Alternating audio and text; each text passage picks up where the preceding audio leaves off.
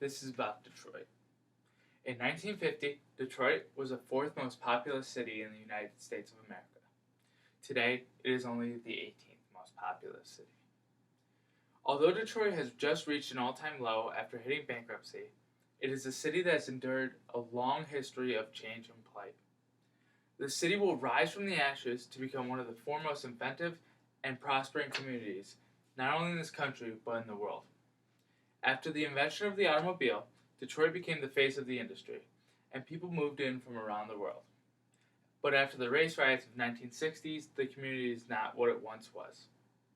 After the bankruptcy of 2013, the community will turn around and become one of the greatest success stories since Germany after World War II. After becoming the capital of the automotive manufacturing industry and creating other manufacturing jobs, Detroit became a symbol of capitalism for people to flock to and create prosperous lives for themselves. Between 1910 and 1930, the population grew 70% of 1,103,000 people. The population created a thriving community, which consisted of art, a work environment, and of course, a playful environment. It was known as the Paris of the Midwest.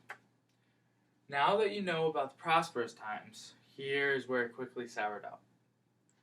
Due to the tumultuous times and increase of 2,000% African American population, there was race riots that tended to unfold downtown.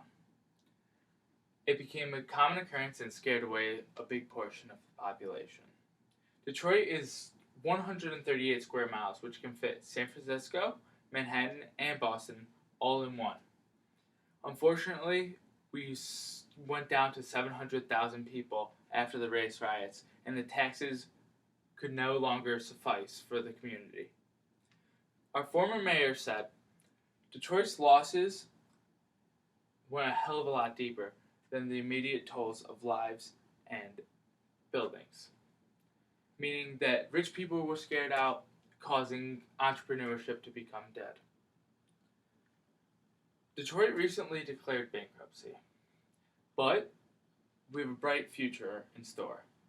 The city has become a technology epicenter as Quicken Loans, such as other companies, have hired many employees. Quicken Loans has hired 9,200 employees and moved them all downtown.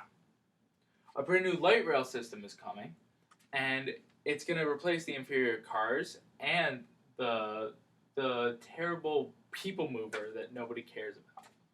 While it's important to note that Detroit is on the verge of comeback, it must be known that the younger generation, meaning all of you, need to come out and support Detroit.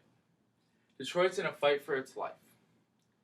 It will continue to elevate and transform and endure into a futuristic living community like no one has ever seen before.